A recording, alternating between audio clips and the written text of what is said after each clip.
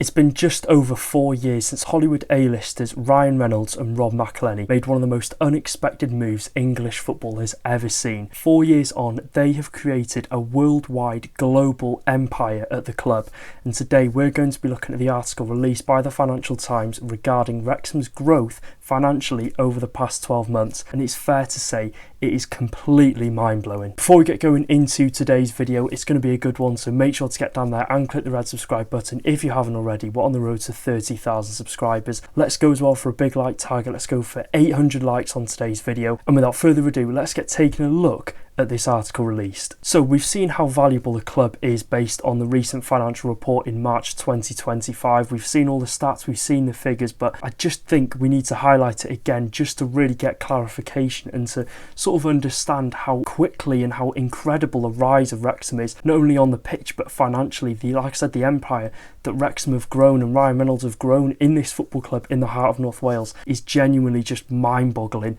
And bearing in mind, we're looking at the financial report, this is the season where we've just been promoted from the National League to League 2, so this is the first season Wrexham have been out of the National League and out of non-league for the past 15-16 seasons. If we're looking at the figures, the revenue was 26.7 million. Now the average for a League 2 team is 5.4 million, £13.8 million in commercial revenue, 4.45 million from shirt sales and £5 million from matchday revenue. Now just to put it into perspective, the season before the takeover was confirmed at Wrexham, the 2018-19 season. Our revenue at the club was £1.1 million.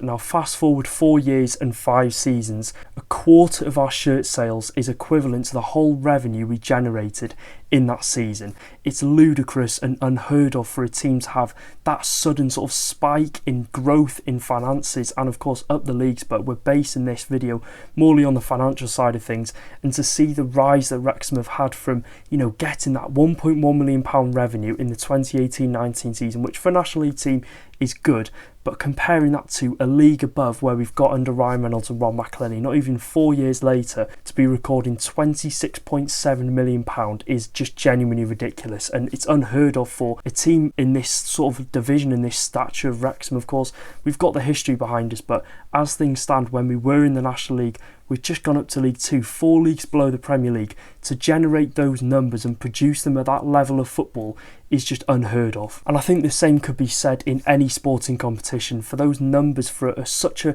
you could say, small team in comparison to bigger teams and more historical teams that are generating significantly amount less than Wrexham have been doing, I think is testament to how Rob and Ryan have seen the potential in Wrexham and have just thought, you know what, we're going to awake the sleeping giant. If we're also looking as well from the article from the Financial Times, they're also reporting that our retail income will increase at least 60% this season from the previous season in League 1, which means a retail revenue north of £7 million is expected for the next financial report in March 2026, which again is just ludicrous. I could say the word ludicrous for every financial topic that we could be talking about for Wrexham, because it genuinely is. It is unheard of in football for £7 million retail, for that number to be produced by a team in the Championship and in League 1 at the time is just genuinely mind-boggling. And they've also revealed that last season in League 1 we sold close to 100,000 shirts, and 50% of those shirts were sold overseas. So I think again that just does highlight sort of the growth Wrexham have had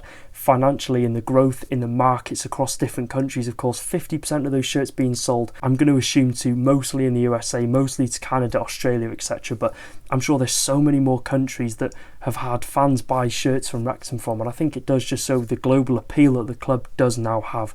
And I think that's all down to one thing, which is the documentary. Rob and Ryan have obviously seen Wrexham as this sleeping giant in the National Leagues, 15 years in there. We've got obviously rich history up the leagues in Division 2, Division 3. We've obviously been in Europe on multiple occasions, beat Arsenal in the FA Cup. The history was there. It just needed that injection, and not just financially, but for just motivation, and just needed that boost of people to come in, positivity, you know, get the fans back loving the club. The attendances we used to get back in the day, you know, were north of 10,000-12,000, to then see it drop to around 4,000-5,000, and when times were hard, you know, those 4,000 fans that stuck with the club, it just massively pays off for them, and it massively has paid off for us. And obviously with the documentary, they've taken the club from, you know, that National League team that was struggling 20th before the season that they did take over to now, you know, 4 seasons on from Welcome to Wrexham, they'll be documenting our journey in the Championship. It really is a magical story at Wrexham, and you know, we're going to be talking about the documentary later on and how many people have tuned in for that, which is obviously the main reason why Wrexham is such now a worldwide name, you could say. I'm not going to get too sort of confident and cocky, but I think it has got to a point now where Wrexham can be regarded as a team that is well known, especially in the USA and Australia. The retail income of £7 million is likely to increase and likely to be around that figure due to the new distribution deals that we've signed in the summer of 2025, with the most notable distributor being Dick's Sporting Goods and Pele Soccer over in America. CEO Michael Williamson has spoken on the matter. He said, "I think where we are punching above our weight is we have a Premier League brand. Getting distribution of our brand, I think, is going to see significantly increased overall merchandising and retail figures, but we simply don't know how much because it hasn't been there before." Those are words that you really want to be hearing from your CEO, and those are words that I don't think we expected to be hearing, you know, many years ago. To see now Wrexham could possibly break the market and break sort of every single record they've had, and records that I don't think we were possibly seeing as achievable and possible many years ago. But if we're looking on a realistic number for shirts being sold this season in the Championship, we've produced 3 masterpieces from Macron, 3 sort of retro throwbacks and 3 shirts that have so much meaning and history behind them. I can see us possibly doing 125,000 plus shirt sales, which again, I cannot believe those words have just come out my mouth. And as well, just personally, I think it is really crazy to see the rise of Wrexham Football Club. To think, you know, 5 years ago we were at the lowest point in the history. I remember watching the last game before the COVID pandemic took over and sort of ruined football for the next 1.5 years. But I remember thinking after that game, there's a video on the channel, it was just so depressing following Wrexham. Of course, you have pleasure, and that will never change. No matter how far or how low Wrexham drop in the English pyramid, I will love supporting this football club, and I have so much pride in being a Wrexham fan,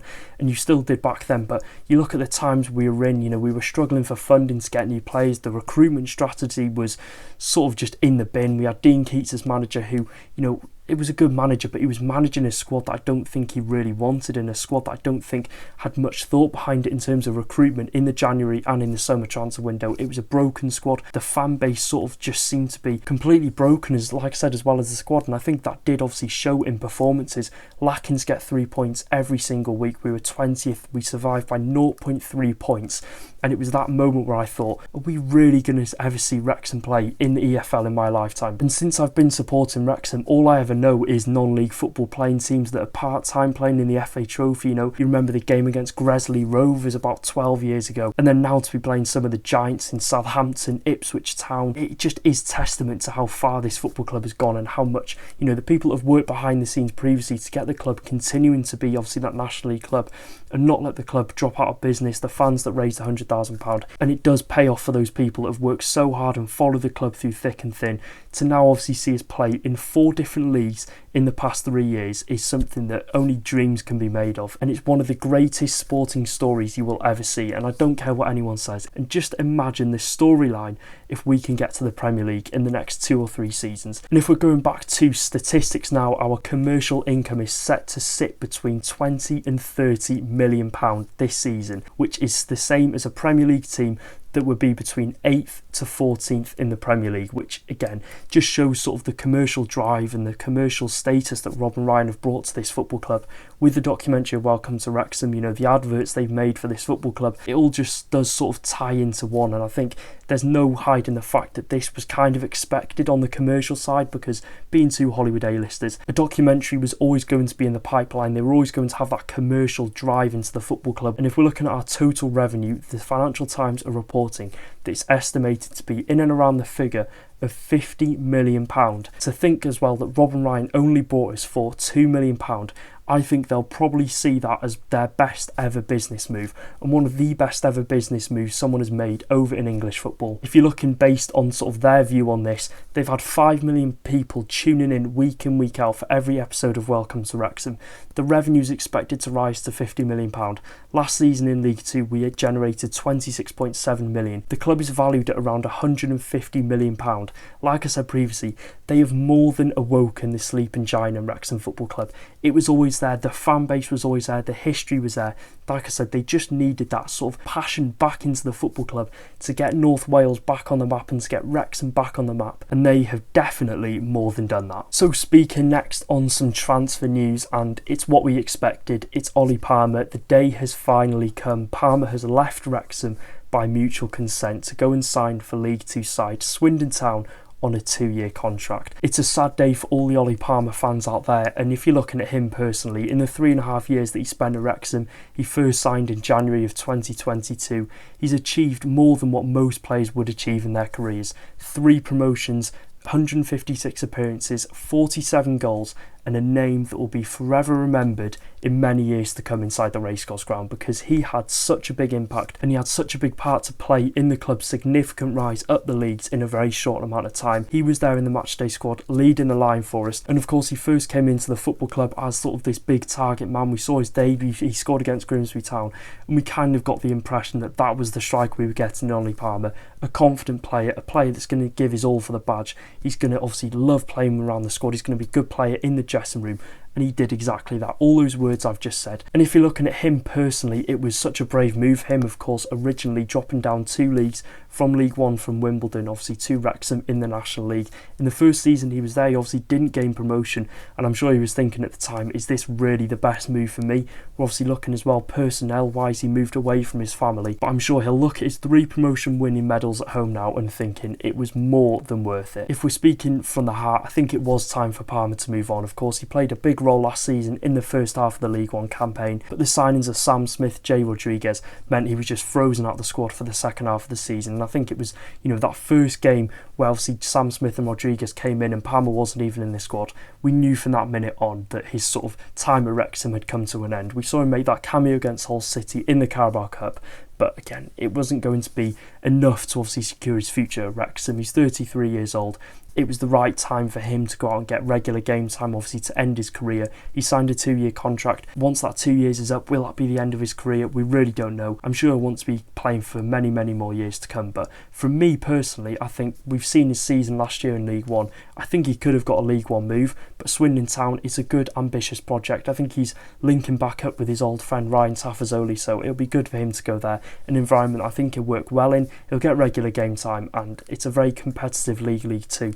Swindon are looking to be up there in the playoffs or even possible automatic promotion come the end of the season. So it's a good project for him, and I'm sure the Swindon Town fans will absolutely love him. So yeah, I'll probably put some videos of the best goals I've captured on camera from Ollie Palmer's time at Wrexham. I don't think there were all too many, but again, for me and all the Wrexham fans, and I think I can speak on behalf of everyone watching this video, best of luck to him, and I'm sure he's going to absolutely smash it and score plenty of goals in red and white. One! Yeah!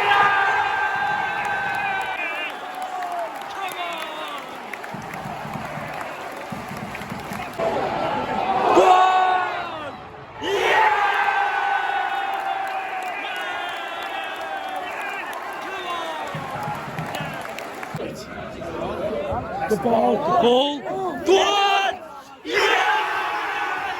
Yes! Come on! Get it! Come on! Get it! Come on!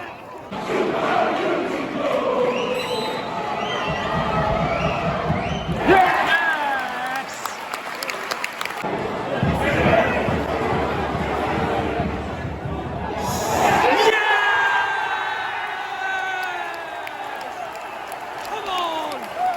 So finishing off the video with a very interesting bit of transfer news. I spoke on it yesterday. Andy Irving of West Ham United had reportedly turned down Wrexham due to personal terms not being able to be agreed on. Fast forward around 15 hours time, Andy Irving to Wrexham is looking like a done deal. So I take back all my words about him not wanting to sign for the project and him not being sort of fully committed to the project. It seemed like he is. It seems like a deal has been resolved for Andy Irving, and we're likely to see him sign for Wrexham on Sunday, or it might even be announced on Saturday tomorrow, but we really don't know. But Andy Irving to Wrexham looks like a done deal. So yeah, that is it for today's video. If you did enjoy, make sure to drop a like, subscribe, like I said, do all that good stuff. 800 likes is the target on today's video, and until then, let's hope for a big 3 points tomorrow away at Millwall. It's going to be a hostile game. It's a sellout at the Den.